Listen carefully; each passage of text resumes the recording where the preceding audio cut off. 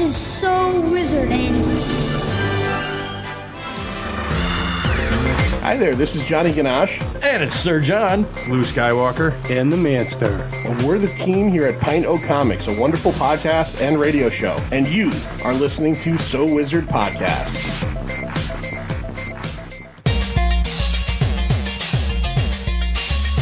Broadcasting very fast and very dangerous from the planet Malastare.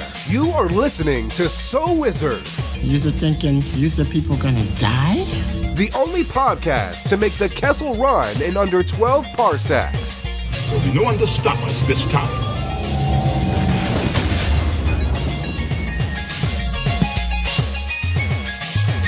What's going on, everybody? It is time for episode number 217 of the So Wizard Podcast.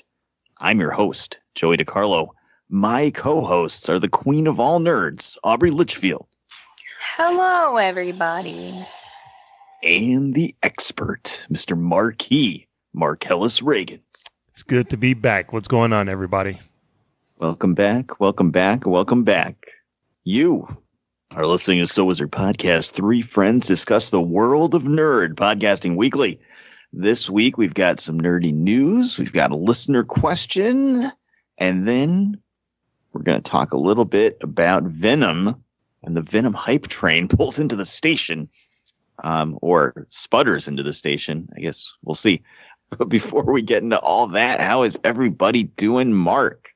Yeah, man, I'm doing good. I'm at the end. Today was my last day of working at the Big E, which is State Fair here in Massachusetts, covering about most of New England. And I finished up and made it here to record the show. And I am really tired. I'm glad I made it through. I had a lot of stuff to accomplish this week. And believe it or not, I actually pulled it off. So I'm feeling pretty good.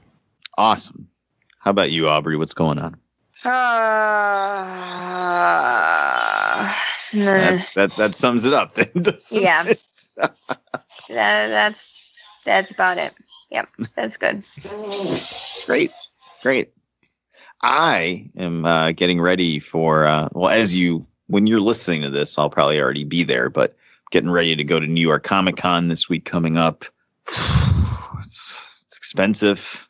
And I don't know when I'm going to have time because I have to work Monday into Tuesday and Tuesday into Wednesday, and then we're leaving Wednesday. So Jesus. I don't know when I'm going to have time to get anything together.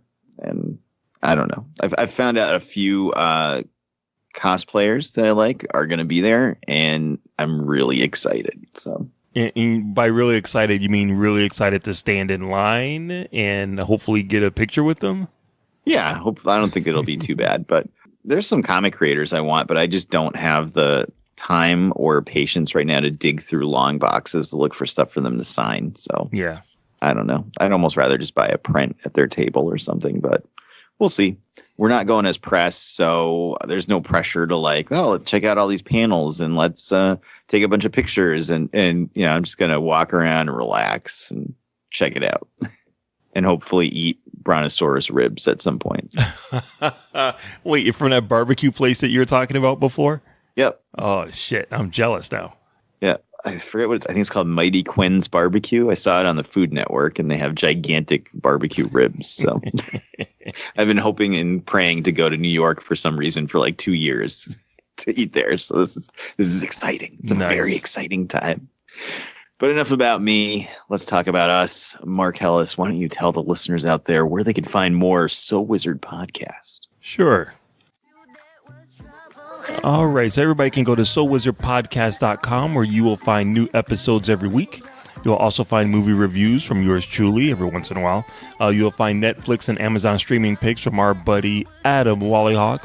You'll also find our merchandise there, so you can purchase some of our t-shirts and look good while you're representing the show. Another great way to support our show is by doing your Amazon shopping through the link that we keep right on the website. Click on that big A, do your shopping, receive your products, and you will be helping out our little show here. You can also find our social media links there. We have Facebook, Twitter, and Instagram. You can subscribe to us on Apple Podcasts and give us a 5-star review while you're there. You can also find us on a Stitcher Radio app for your tablet or smartphone, Podbean, Google Play, and you can also stream us through Spotify. You can also find our show along with some other fantastic podcasts on the nerdpodcastmafia.com website. This week's K-Pop Jam is brought to you by Tiffany Young, former member of Girls' Generation, and this one is called Teach You. Back to you, Joey. On the street, gave him the keys to your car. Took all your stuff, I packed it up and left it out in the road. I used to love you, now I'm busy pouring bleach on your clothes.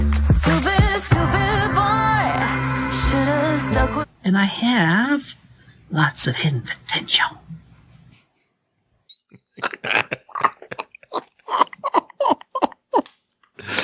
Oh, I love that. I love it. Awesome. So I'll just want to talk a little bit with you guys as you're listening to this. We're going to be launching our Patreon page in about 3 hours as we're recording this, and it'll have been up for a few days by the time you hear this. So get on over to patreon.com/SoWizardPodcast. You can pledge some money towards the show. We have $1 and $3 tiers. They'll get you an extra episode every month at the $3 tier. And the $1 tier gets you shout outs on the show and access to our secret Facebook community where you can help us shape the show and interact with the three of us on a more intimate basis. Something about that doesn't sound quite right. Right. Can't put my finger on it. And Mark It's will a be little nerve-wracking. Yeah, Mark will be mailing out his boudoir Polaroids as part of our Patreon. But as part of our listener questions that we have, I got a bunch of the same questions about this because we've been talking a little bit about Patreon each week, and this is going to be the only time we're really going to talk about it for a long period of time on the show. If you want to sign up for it, it'll be fantastic, and if you don't, the show will still be free every single week. It's not going to change. Nothing is happening any different. If you don't want to sign up, then you don't have to, and you'll still get our show for free every week like you already do. If you want, it's cool to monetarily support us a little bit. Helps us get better equipment, helps us afford to go to some different cons, and honestly, to pay for hosting the show every year, because it always seems, I know it's the same time every year I have to pay for Podbean, but it always seems to sneak up on us for some reason. So it'd be great if you want to do that. If you can't, you can't. It's fine. The show will still be here every week. And, maybe you just want to help us out as a one-time thing. You can always go to our website and click on that big orange A and buy something. When you're buying something through Amazon, you're going to buy anyway, and it gets us a little bit of money too. So, but yeah, it's going to launch in a couple hours, and we're looking forward to doing some cool extra episodes and talking to people online. So check it out, patreon.com/SoWizardPodcast. Now that we've got that out of the way, Marcellus, It's time for the news. Yo, pump it up. It's time for the news. Yo, we getting ready to bring you the news, boy. All right, so this week in Nerdy News, a few things I wanted to talk about. It hasn't been a really big news week, but there's definitely some topics that I wanted to run by you guys. Starting with, I've been waiting for this one. Oh boy! Last week we were talking about the casting rumors for the Birds of Prey movie that was going to be coming out. Mary Elizabeth Winstead was rumored to be playing the Huntress, and Journey Smollett Bell was rumored Journey to the Center of the Earth 2, starring The Rock. It was rumored to play Black Canary. And it looks like those casting rumors actually came true. So now that that's official, we're still waiting on word for the police officer, Montoya, and Cassandra Cain, aka the one of the badass Batgirls. Still waiting for their casting, but we have two official in the chamber ready to go. Joey, how do you feel about your girl, Soft Six, Mary Elizabeth Winstead, is actually going to be the Huntress? That's trash. I'm not happy at all. Oh. I'm relishing in this. I love it.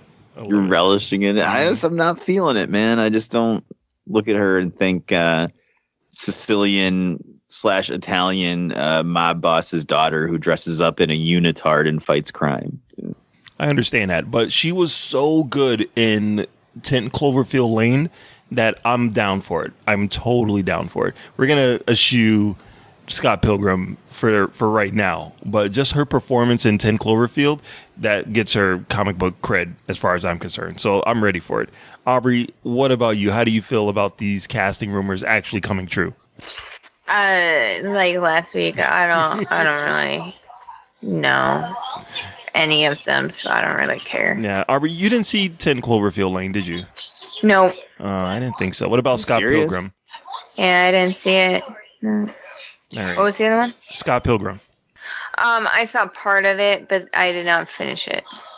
All right, that's all right. So, since you haven't seen 10 Cloverfield Lane, you know what that means, right, Aubrey? Oh, man. You just made the list! Joey, add it to the list. I'm adding it right now.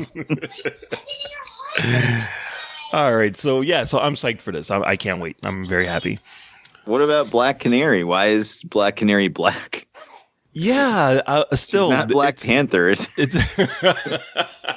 or Black Lightning or Black Goliath.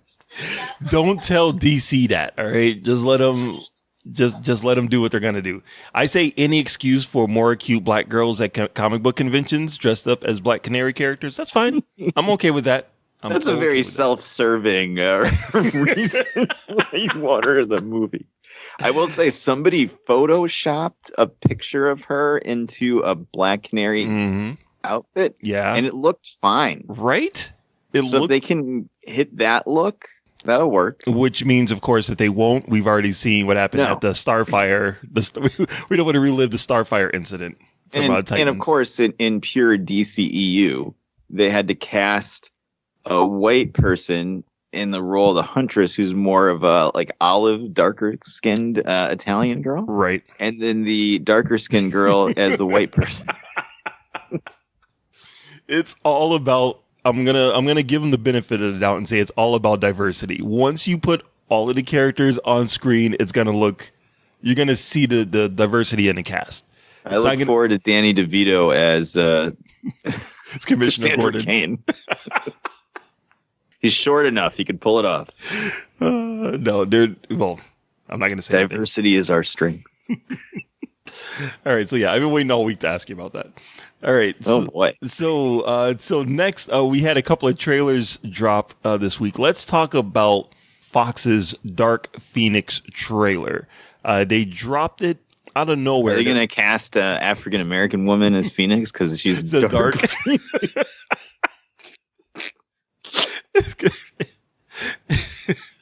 Does Joaquin Phoenix have a sister? They could just cast her. She's a Phoenix, right? That counts. All right. So the trailer dropped, and it came out with a release date, February 14th. Well, let's just take it one step at a time. There's a trailer. So we got the trailer, we got the release date, and then the day after the trailer dropped, they said, whoops, it's actually not coming out in February, it's coming out in June. So they're putting it into the prime fighting arena. What did you guys think of the trailer? Let's start with Aubrey. I actually didn't mind it. Ooh, that's surprising.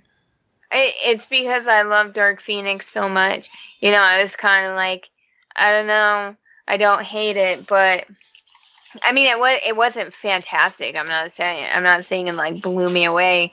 I guess I'm just kind of cautiously pessimistic because I'm so hopeful that it's going to be good. And this is the first trailer of many. So we'll see.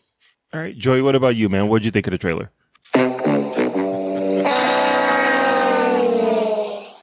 So you loved it, basically. Yeah, it was great. No, I thought it was terrible. It looked really, really samey. I felt like I had already seen the movie 15 times, but I haven't seen the movie at all. Does that make any sense? Kind of. Yeah. It's like it looks like a Fox X-Men movie, which I guess is fine. I mean, but it has that look, and I can't really describe that in words to you, but I hope you guys understand what I mean, right? Like there's barely any money behind it, even though you can clearly see special effects. Right. So it looks like a Fox X-Men movie, and it's just like, oh, Magneto's back, and it's like, here's Sansa Stark, like all bloated looking and sleepwalking through the fucking movie. Come on. It's very DCEU. It's like, oh my God, isn't it terrible that Phoenix has become evil? But it's like, who fucking cares? She had like 5 lines in the last movie, and that was the only time we even saw her. Wait, did they only make, isn't this the third one? Yeah, but she was only in the second one. Oh, no. She was only in Apocalypse. Oh my God, dude. My sense of the timeline is like all screwed up. Jesus Christ. Don't try to think too hard about Fox X-Men timeline or your head will explode.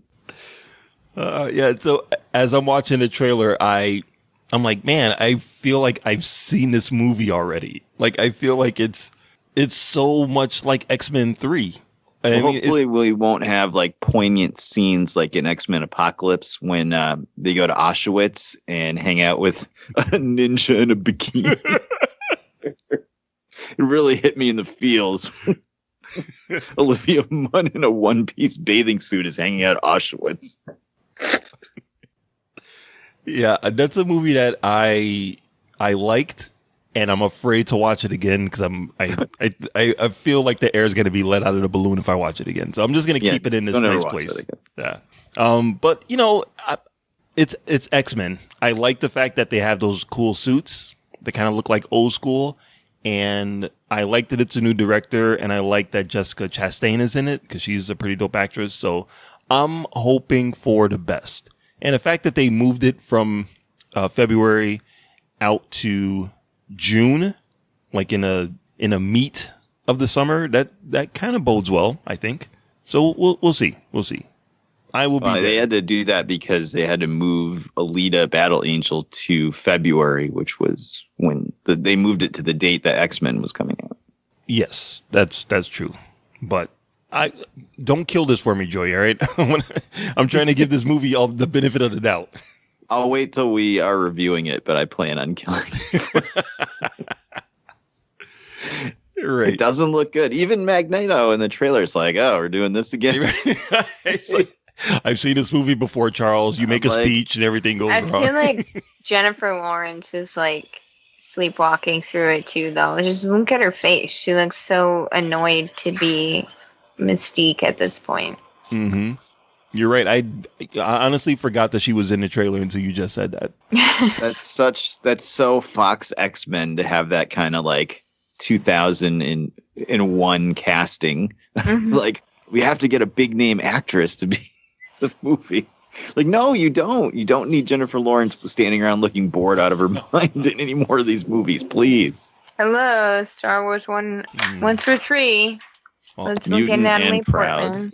Well, Natalie Portman was okay in the first one, but 2 and 3, she just kind of was annoyed with being there. Oh, I liked her in 3. You're breaking my heart, Anakin. I was just going to say, Anakin, you're breaking my heart. All right, so we're gonna hold off judgment. We got a little bit longer to wait for X-Men Dark Phoenix. As far as X-Men New Mutants, who knows? Maybe it's coming out 2019, maybe 2020. Nobody has any fucking idea. They're gonna be old mutants by the time that comes out. The new mutants. All right, so Joey, as you mentioned before, Alita Battle Angel got moved from December of this year up to February. I feel so bad for that movie. It's gonna work. Robert Rodriguez, it's gonna work. I thought the last trailer was really cool. Yep. And I'm really looking forward to it. And it's gonna be like a neutron bomb. That movie is gonna make. Let's see. There's 3 of us. And Aubrey, do you usually go to the movies for matinees?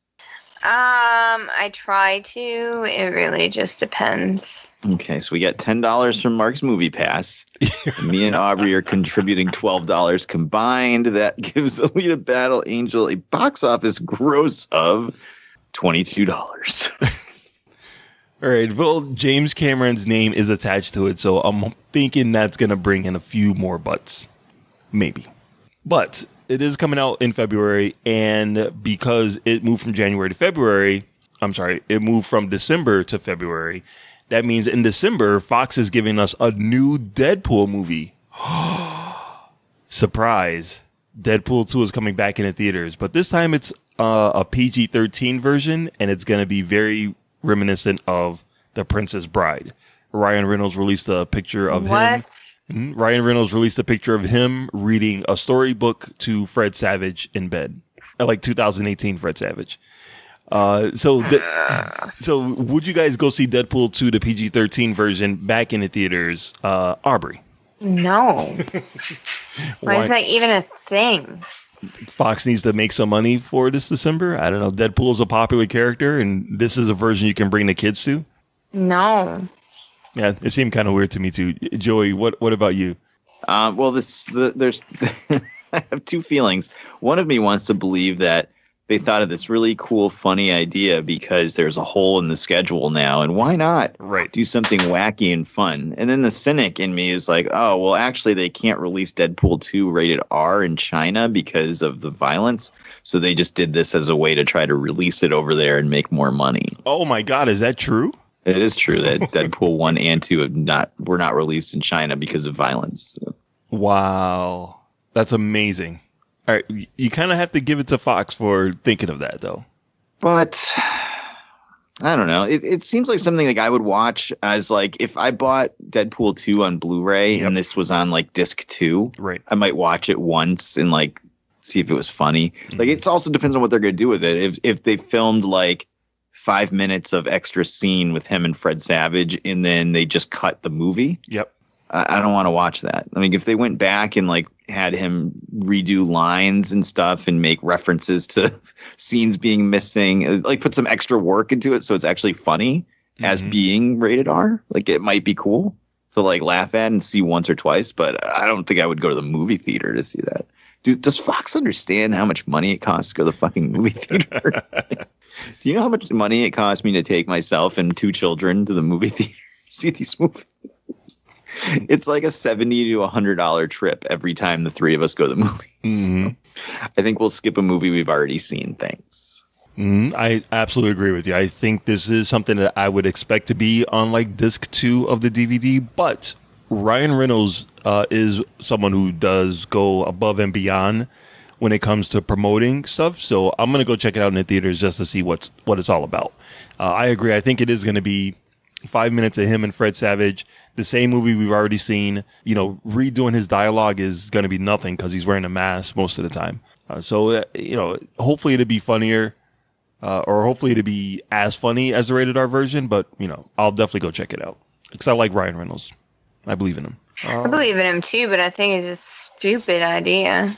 Mm-hmm. Well, it hasn't been done before. I don't think anyone's have tried something like this before. Can you? What if this is like a new trend? What if they start re-releasing like R-rated movies, but with PG-13 versions, like you know, RoboCop and the first Predator? I don't think that. I don't know. What if we took PG-13 movies and re-edited them to be R-rated? Yeah, there you go. You get some like Zoe Saldana nudity in like Guardians of the Galaxy. I wouldn't. Don't say stuff like that out loud, dude. I feel like the internet's like working on it right now. I just put it out there into the universe, didn't I? Oh man! All right. So, and then in the last bit of Fox superhero news, Gambit has a date for. I know. That's the joke, right? I could barely make it. I could barely make it through that without laughing. Gambit is coming out in 2020. It's been stated. It did have a release date, but because they shift everything around, Gambit doesn't have the same date anymore. They don't have an official one now, but it is coming out in 2020, and it's supposed to be a romantic comedy. The producer kind of joked that. I don't believe it, or let's just say I'll believe it when I see it. What do you guys think the odds are that we actually get a Gambit movie in 2020? You know what? I hope we don't get a Gambit movie if it's really going to be a romantic comedy, because whose idea was that, honestly? I hope that person gets fired. We'll see. We'll see. Joey, what about you? What do you think the odds are we're actually going to get this movie? I think the odds are pretty good because, and the only reason I think of the odds being good is that part of the Disney deal with Fox is that any movie that's physically in production or finished, they'll release it. Okay. So if they can get Gambit even just starting to film before the deal closes, it'll get finished and released. So everyone working on it will get paid. Right. So I think that they're trying to push it through to get it done so they can just release it no matter what. They don't give a fuck how stupid or bad it's going to be. They just want to get working on it. So right now there's people building sets for a Gambit movie that hopefully will come out in 2020. There's still no director. No one's no one's need a director for it. Come on. Where's Louis Leterrier? It's like turn the camera on and point it at the actors. Done. I wonder. I'm sure they can wrangle someone up to direct it with short notice. Now calling Ron Howard. I can't imagine this being good in any way, shape, or form. So yeah, I don't. The day when I sit down in the theater and watch a quote unquote Gambit movie, I will be stunned. I'll be stunned. I'll pay full price, like Saturday night, full price if Gambit actually makes it into the theaters. It's never gonna happen. Don't say that. You may have to. Well, you're going to have to go see it anyway. But oh yeah. But I'm not gonna go see like a matinee or anything like that. I'm gonna pay top dollar. If it's in 3D, I'll buy it 3D. Laser 4K IMAX 3D. Yep, Gambit. All right. Okay. So then we had another trailer that dropped this week. Creed 2 gives us a little bit more of the story of who Adonis Creed is going to be going up against. We already knew from the teaser last time that it was going to be Ivan Drago's son. This one gives us a little more dramatic story points, especially with Rocky being in it. So really quickly, Aubrey, what did you think of the trailer? I don't care. Don't care one bit. Right on. Aubrey, I just want to say that it has Michael B. Jordan shirtless and beefed up and running in slow motion. So just keep that in mind. I think we're going to have to find a guest co-host that week. All right. So, Joey, what about you, man? What did you think of the trailer? I thought it was awesome. I'm already 100% in. So they just had to announce the title and I was in. Now, do you feel that this movie is aiming a lot more towards, like, you know how Rocky, like the original Rocky had like an actual movie? Yeah. Had some gravitas and, you know, had some serious dramatic chops. And then as the zoo, retards like the zoo. Yes. In each movie after that, it kind of turned more into a comic book. Did you feel like watching this trailer, they were kind of aiming in that direction, that it was turning more into like a revenge comic book type of movie?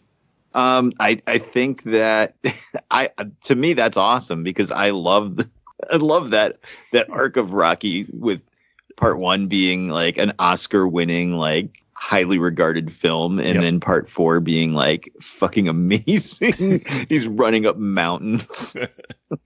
And you know, part 3 with Mr. T. So I'm all for that arc, even with the Creed movies, because like the first one is actually a good movie. Right. And if we start like going down the slope of like, you know, he's fighting Carrot Top in like Creed 3 or something, I don't know who he would be fighting. Who's a popular TV star he could fight? John Cena. There you go. Yeah, actually that would work. You know, if that's that, I'm all in. I can't wait for Tessa Thompson to get a robot. I'm not sure. This does feel, I really want to see how they balance this, because the first Creed was such a good movie and it was taken seriously. This one looks like a straight up sequel to Rocky 4. It's like they jumped ahead in like genres over one movie. So I really hope they get the balance right for this movie. But it looks cool. I don't think anybody was clamoring for him to rematch. I don't even remember what the guy's name was from the first movie. If I know he's played by Tony Bellew, but I don't know who the character's name was. So I don't think anyone was clamoring for an actual direct sequel to the story of Creed 1. They want to see more of Creed and Rocky, but and the people, like, they want to see more of the characters, but like it's not like in Rocky 1 you saw him lose to Apollo and then you wanted to see the rematch. Like, nobody cares about what happened at the end of Creed. That's true. Do you get that feeling though? You know what I mean? Like, does that make sense? No, yeah, that does make sense, because they didn't really hype up the other character at all. The guy that he was fighting up against. It was more about his story than the other character's story. So on paper, this makes 100% sense. I just really want them to, I don't know. I just really hope they get the balance right. That's all. That being said, to go more and more cheesy with each passing movie, and then like 20 years from now, we can get the Rocky Balboa of Creed. He'll be like 50 and come back. Michael B. Jordan, all old and gray. Like, let's build some hurting bombs. I will say the line that Rocky says in a trailer about how Drago broke stuff in him that was never fixed. I was like, ooh, there's some weight to this. As much as Rocky 4 is a comic book, this seems like a really good sequel to that comic book. You know what I mean? Well, they tried to pull that back in Rocky 5, if you remember. At the start of it, he's in the locker room, like, suffering from, like, early onset Parkinson's. Yep. Like, they came on instantly from... So they tried to walk it back, but Rocky 5 is a fucking abomination, so... I don't know. It had a Mickey cameo, so, you got to give it that. Did have the song "Go For It" on the soundtrack, which is pretty badass. All right, let's move away from Rocky. You don't get much lower than that. I could talk about Rocky and boxing for days. So, all right. So, speaking of movies that got pushed away for a certain amount of time, Hellboy was supposed to be coming out in January, and that one got pushed to April. January is the dead zone for movies. There's very few movies that come out in January that actually do really, really well. So the move from January to April, I think, is a good sign for Hellboy. And supposedly they're going to be releasing some first images or first footage at New York Comic Con, Joey. So I want a full report about that when you get back. So what do you guys think of Hellboy being pushed from January to April? Aubrey?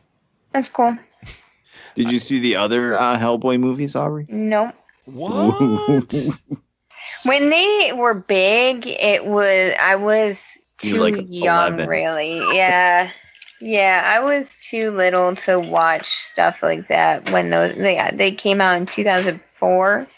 I was 13. I had stuff going on. Mm-hmm. I gotcha. Yeah. All right, so we'll put that one aside. We're not going to throw that one on the list. Oh, I just put it on the list. Oh, did you? It's too late. Oh, I mean, I'll watch it eventually. Isn't it on Netflix? I'm pretty sure it's on Netflix right now. Probably. Yeah, so I'll watch it eventually. It's just a matter of getting around to it. All right, so Hellboy's on the list. You just made the list!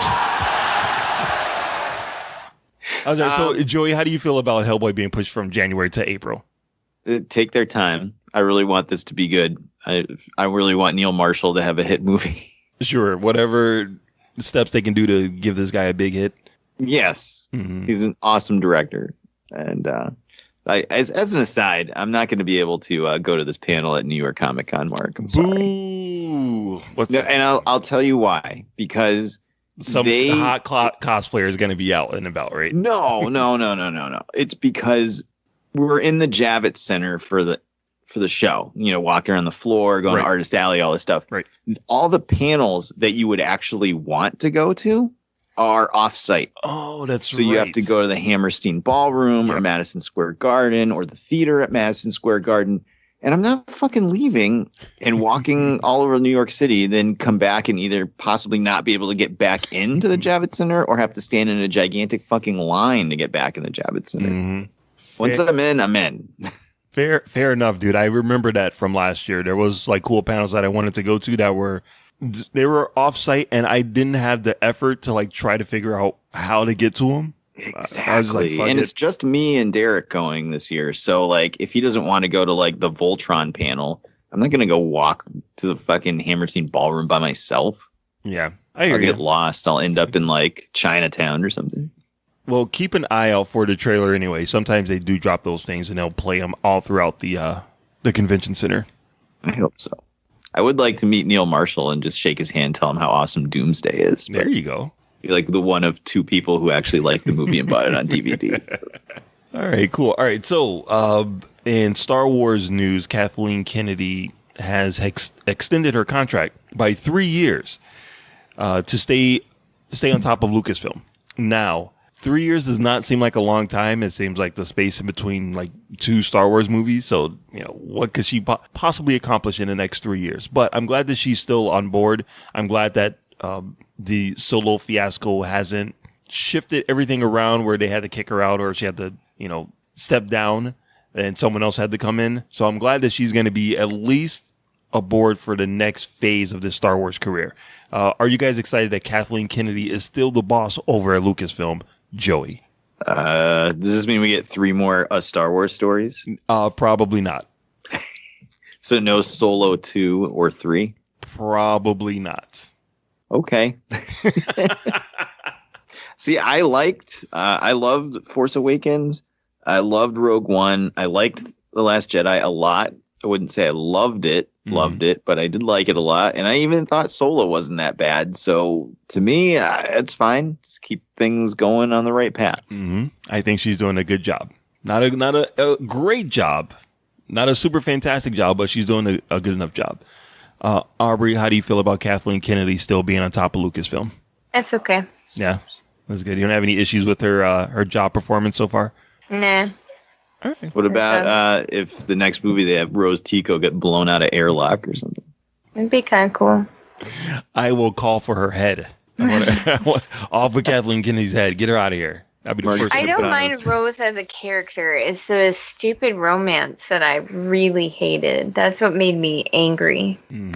Mark's going to put on a very unflattering jumpsuit and walk and march on Lucasfilm. Oh, man. I love Rose Tico.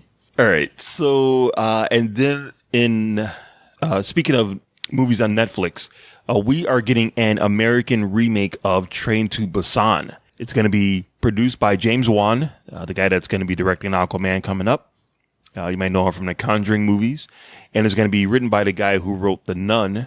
And he also wrote Stephen King's It that came out last year. And he's going to be doing It Part 2.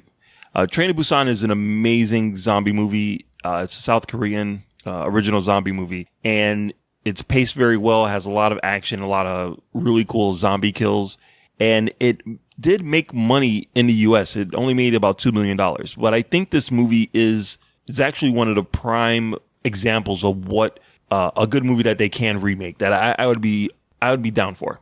Joey, what do you think about an American version of Train to Busan?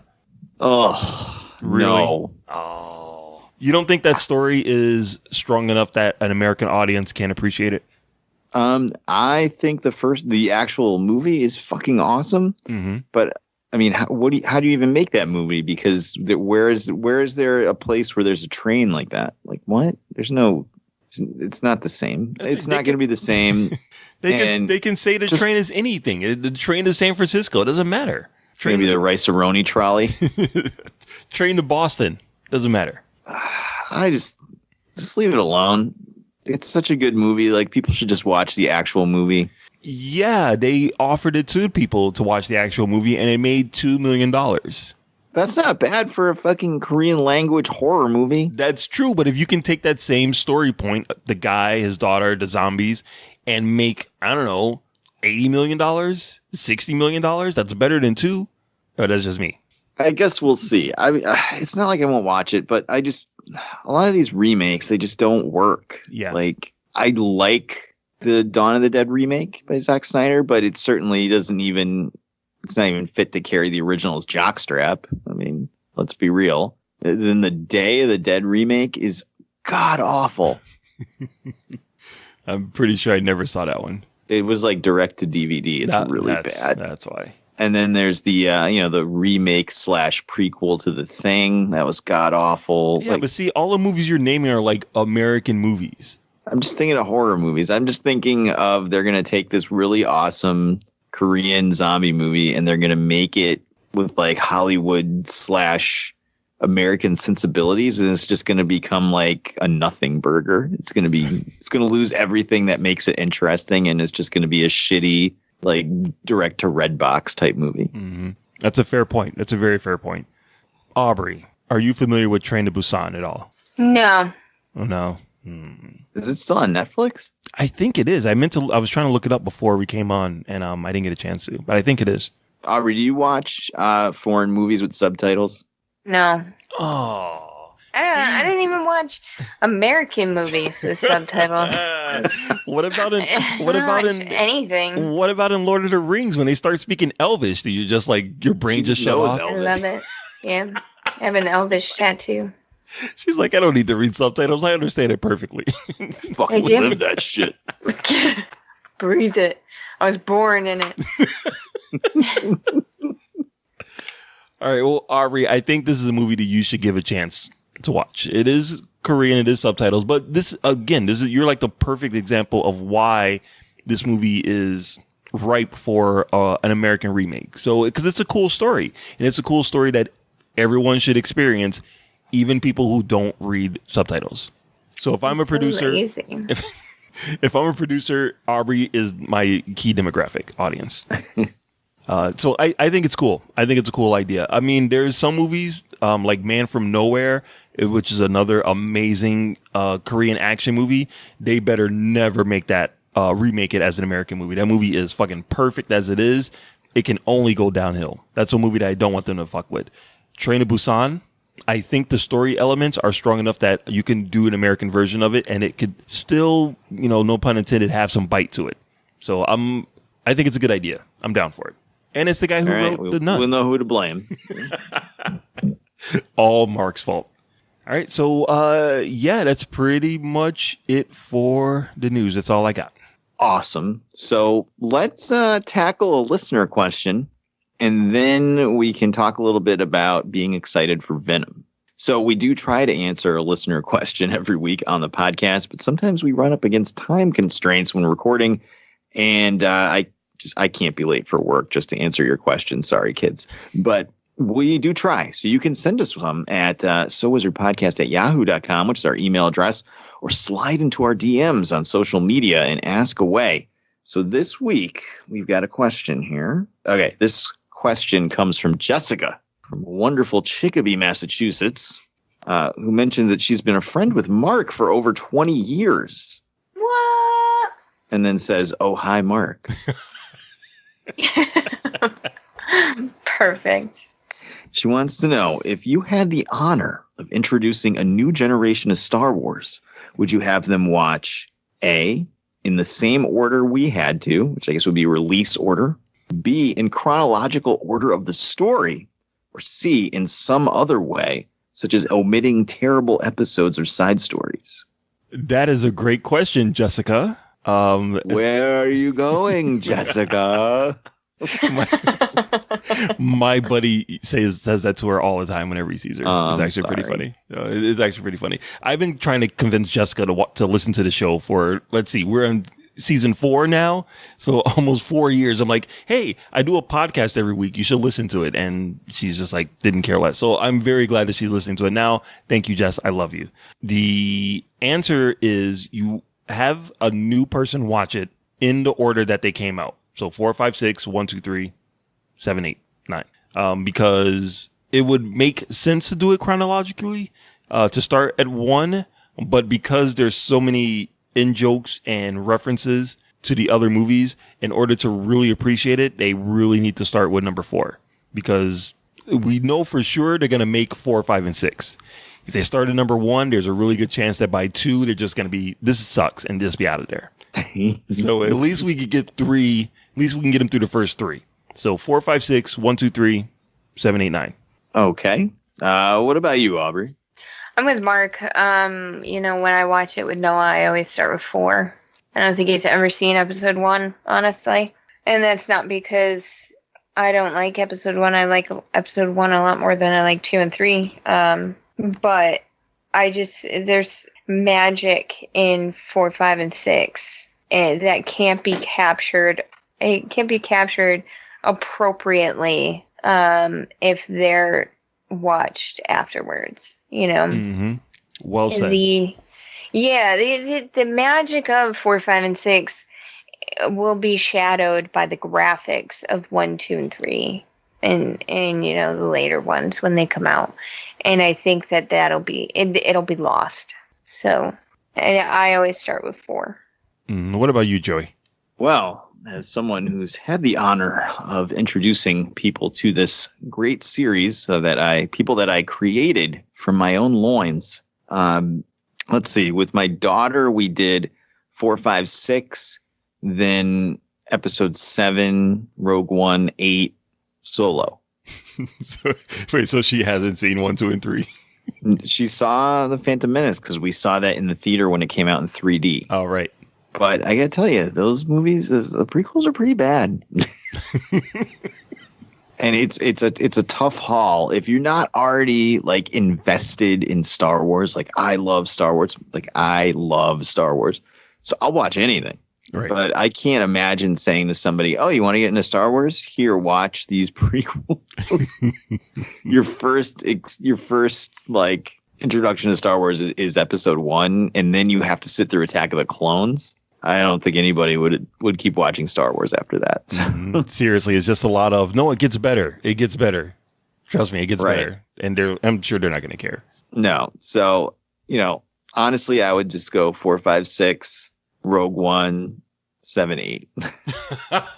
If they want to watch the prequels, or they want to watch Rebels, or they want to watch Clone Wars, or they want to watch Solo, that's great and have fun, but they don't have to.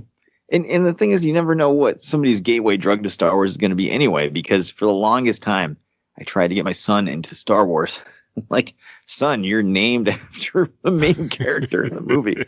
And he just didn't care. He just couldn't do it. And to be fair, even 4, 5, and 6 being classic films, they're a little different than the types of movies they make today. Right. So, they can be a little bit of a slog, but it took playing Star Wars Battlefront on PlayStation to get him into Star Wars. So you never really know what's going to be someone's gateway into it. But that would be my order. Just 4, 5, 6, Rogue One, 7, 8. Awesome. And honestly, Mark, if you can sit down and watch A New Hope and Empire Strikes Back and you still don't like Star Wars, you're never going to like Star Wars. That's true. That's very true. That's very true. Your son, he loves Star Wars now, though, right? Correct. Okay. All right. To make sure that it worked. Very attached to the sequel characters. Oh, so he's a Rose Tico fan like me? Right. He's got a very unflattering jumpsuit he wears at all times. Does he have a romance out of nowhere? Aubrey, that's how we're going to win. I don't even remember what the line is because it was that bad. You guys leave my Rose Tico alone. Well, it could be worse. At least you're not an Admiral Holdo fan. Oh, yeah. I have no comment on there. Guys, we're at war. There's a woman with purple hair and a prom dress. Anyway. Thank you for your question, Jessica. And you want to get your question answered on the show, you can email us, sowizardpodcast.com, or slide into our DMs on social media and ask away. We'll try to answer one every week on the show. So now it's time for the train to pull into the station, Mark.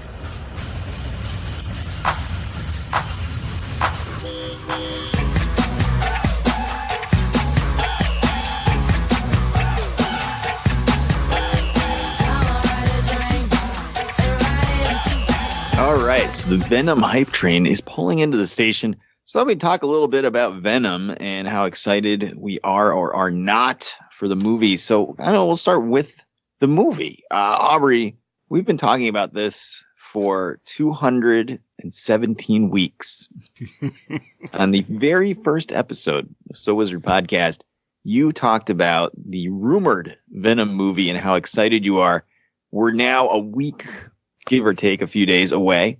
Are you still excited? After all the trailers and the hype and everything, are you still excited? I am still super excited. I cannot wait to actually watch this movie. I am hoping that I'm not heartbroken by the end of it. But you know what? I'm sure I won't be. Awesome. What about you, Mark? Yeah, I get to see some movies early. They give out screeners for certain movies. And usually the reason they give out those screeners is because they're not 100% sure of how the audience is going to take these movies. They want to test them out so people can watch it and, get the word of mouth out. 90% of the time that I get these screeners, the movies are like garbage. they wind up coming out with bad reviews, but there's a few of them that do come out and are actually pretty good. I did get a screener for Venom, and right from the jump, I'm like, this does not bode well for it. I'm going to reserve my opinion until after I see the movie. I think that the elements are there to be a good movie. I'm hoping that it is. Interesting. I'm excited enough, but not super excited. I want to believe. I feel like the X-Files about this. I want to believe this is going to be good, but there's so many red flags. So many red flags. So we'll talk a little bit about the character. Aubrey, what was your first exposure to Venom? What made you such a huge fan of this character besides the fact that there's a naked Tom Hardy inside of him?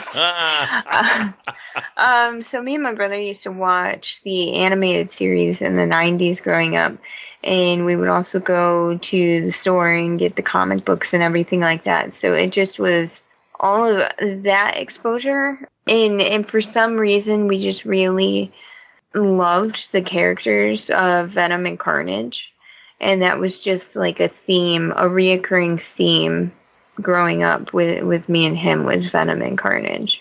So that also led me to get a Venom tattoo and everything like that. So, oh, awesome! I forgot you have a Venom tattoo. I do. Oh my goodness! It's on my arm. Oh, so you have a lot writing on this movie. Oh my god! I do. Awesome. What about you, Mark? Yeah, I wish I can say that I used to read like the original Venom books, but I never did. That would be a bold lie. The only thing I know from Venom is I knew of him based on his popularity, but I never actually read like a Venom story. So I guess my first real introduction to who the character was and what he was all about was Spider-Man 3. And, it looked... That's unfortunate. Yeah, I know. It was, a black suit and kind of gooey, and Eddie Brock, photographer, Daily Bugle. I got like the essence of it, but I didn't really, there was nothing about it that really latched onto me as something that I really wanted to see. But like the design of the character is so iconic. So I do want to see, I want to see how they pull it off. But there isn't like a real strong connection between me and the Eddie Brock Venom character at all. All right. Well, I read the comics in real time. Oh boy. Not like I didn't go back and read like a trade or download them on my phone. Like I was buying them off the stand, starting with Secret Wars #8 when Spider-Man actually gets the costume, and then up through all the books where you find out it's actually a symbiote and all the things Fantastic Four has to take it off of him, and then it escapes, and then so all that stuff leading up to Venom debuting in Amazing Spider-Man 300, which is fucking awesome. I actually prefer that version of Venom without the fangs and the tongue, when he just was like just a big hulking scary character. He was actually a pretty awful villain at the time, like a bad guy. Like he went and harassed Mary Jane, and it was really like scary. It was the guy that Peter had to deal with. His spider sense didn't work; he couldn't detect him, and it was a really awesome storyline. And then he just kept coming back more and more and more as the 90s went on, and it got sillier and sillier. But yeah, I've been there since day one for this, so I'm pretty excited to see what they do. But again, they're not really following the comics, so we'll see. But Aubrey, as a huge Venom fan, what did you think of Spider-Man 3 and how they portrayed him in that? I thought it was awful. I'm pretty sure that's probably one of the worst movies I've ever seen. Whoa. Yeah, I absolutely cannot stand that movie. What was so bad about it? First of all, like the acting in the movie in general was horrible. Tobey Maguire had given up completely by number 3. And it's like emo Spider-Man versus cool Spider-Man. Oh God, the whole thing's cringeworthy. And then Topher Grace just had like this. I don't think he understood who Venom truly was. Like there was parts of it that I did enjoy, like the part where Venom was affected by vibration, because that's true to character. But the madness aspect of Topher Grace's portrayal, I don't feel was too accurate. I mean, Venom has sort of that psychological aspect to him, but I believe that's more like, I always think of Topher Grace laughing as he transforms, and that just makes me feel more carnagey than Venom. Even though it's not as homicidal as Carnage, it still was too, like, mentally unhinged kind of thing. I don't know. Rather than, becoming a merger of two different entities. Like Venom says we are Venom, but it's because there's two different entities in one. Carnage is just crazy. I actually kind of liked all of the, well, I didn't like Spider-Man 3, but the Venom parts were not the aspects that I didn't like. It was all of the Sandman stuff.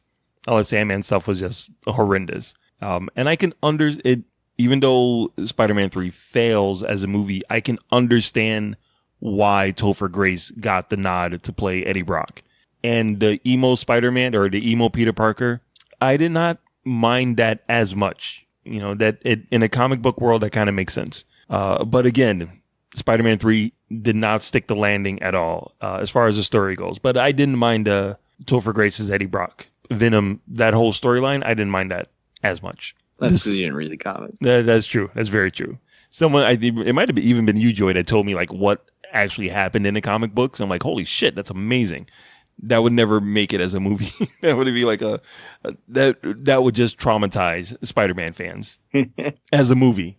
Well, I'm sad that we're never going to get the whole saga, the costume and everything. Right. Because it's just that's such a great like arc that could be like 2 or 3 movies before we actually get to Venom.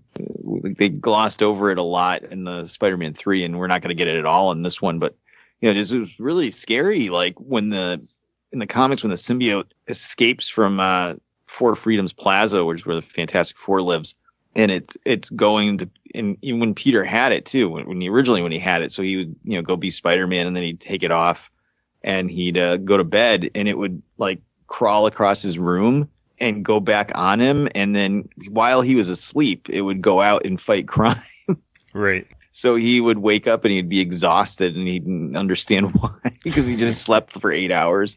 But it's just like really cool, creepy stuff, and then we're never going to get that. So right, but you got it in a comic book, so it does exist somewhere in this world. So awesome in the movie. In a movie too, especially I love Tom Holland, so like this would be great. Yeah, I can understand that. But who knows? Feige is getting all of the Fox characters in a couple of years, so maybe they'll do like a hard reboot and start the whole thing over again. Maybe Venom actually won't do well at the box office. Sorry, Aubrey. And Marvel's like, all right, you had your shot, Sony. Now we're just gonna do what we need to do. I think it's gonna do good at the box office, at least the first week. I think Venom has enough of a fan base that it'll do well just based off of that. Whether it continues to do well is a question, though. All right, so what do we think for opening box office weekend numbers? 100 million? 75 million? I'm going to go with 57.5 million. All right. Aubrey, what about you? How much do you think is going to make opening weekend? I don't know. Okay. 65. 65. All right. So Joey's got 57. Aubrey's got 65. I'm saying it's not even going to crack 50. Wow. Yeah. What are you putting it at, 48? I'm putting it at 49.5. Oh, wow.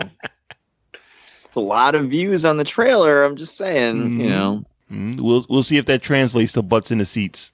I don't know. I feel like the more we see of the movie, the worse it looks. I don't know if I'm the only one that feels that way. It went from, oh, wow, Tom Hardy's going to be Venom in a new movie, to Tom Hardy's doing an Elmer Fudd impersonation with terrible CG in a movie where he's talking about being a turd. What? So, yeah, good times. Anything else anyone wants to say about Venom before we wrap up the hype train and get ready for next week? Even though I did get that advanced screening, I am not going to see it early because okay. So you're going to see it. Yeah, I'm going to go see it. Yeah, I'm just not going to go see it early because I don't care enough. Aubrey, you're going to be able to go see this week. Are you going to an early show, or are you just going to try to fit it in? I'm going to fit it in wherever I can. We will see how it goes. It's the kind of attitude I like in my ladies. Yeah. I do my best. I'll probably see it at some point this weekend coming up because I'll be in New York all week and I'm not going to the movies in New York City. So I don't want to spend $25 to go to the movies. Mm-hmm. Awesome. So yeah, we'll see. Hopefully, fingers crossed it's good. So I guess we'll wrap it up then with some recommendations for the listeners out there. Aubrey, you spend all day staring at video games. What should the listeners be playing right now? Assassin's Creed comes out this week, as does Forza Horizon 4. If anybody hasn't played Forza Horizon, I got to play this one at Managers Conference, and the graphics are absolutely phenomenal. They do 4 seasons throughout the game, and the detail and the quality of graphics is it's mind-blowing. I could have stared at this game forever. It's so damn beautiful. Assassin's Creed, I haven't played too many Assassin's Creed, so I can't really recommend it in comparison, but, I've heard good things. We'll see how it is. I've also been playing Spider-Man quite a bit, and Bayonetta 2 on my Switch and everything, so that's what I got. Awesome. What about you, Mark? I have not had a chance to do anything because I've been working 7 days a week for the past 3 weeks. And when I'm not working, I have a project that I'm working on that I'm trying to finish by the end of this month. And so I haven't really had a lot of time to really watch anything. But what I have been doing as I've been working is listening to a podcast by Michael Rosenbaum, who you might remember played Lex Luthor on Smallville for about 6, 7 seasons. He has a podcast called Inside of You, and he interviews, because he's somewhat of a celebrity, he interviews other celebrities. And it's really funny, and it's really insightful. He talks to Dave Bautista. It was a really interesting interview. Karen Gillan, Jennifer Love Hewitt, Kristen Bell. So some really good interviews. So if you are done listening to our podcast, and you want to hear something else, check out Michael Rosenbaum's podcast, Inside of You. Some good celebrity interviews. Say Karen Gillan? Yeah. Well, you had my curiosity, but now you have my attention. Yeah, listen to her talk for an hour in that Scottish accent. I'm like, yes, bring it. I can only get so erect. Awesome. Well, I will suggest a couple things. Obviously, New York Comic Con is coming up. As you listen to this, it'll be close to happening Thursday through Sunday. I will be there with Derek from Not Another Nerdy Podcast, also known as probably one of my best friends for the last 25 years. And we'll be walking around the floor. So if you happen to see us, feel free to come over and say hi. I'll probably be the guy in line to meet cosplayers. So, and obviously we'll be launching the Patreon. That's coming in a few hours. So it'll be up when you hear this. So if you feel like pledging some money to help out this show, go ahead and check it out at patreon.com/SoWizardPodcast. Other than that, I don't really have any other recommendations. I haven't done anything last week. I literally have just been sleeping, working, and mailing out things I've sold on eBay, trying to get money together for New York. So how's that going, dude?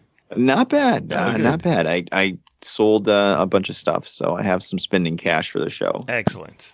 Not a ton, but enough. So, good times. So that's going to do it for episode number 217 of the So Wizard Podcast.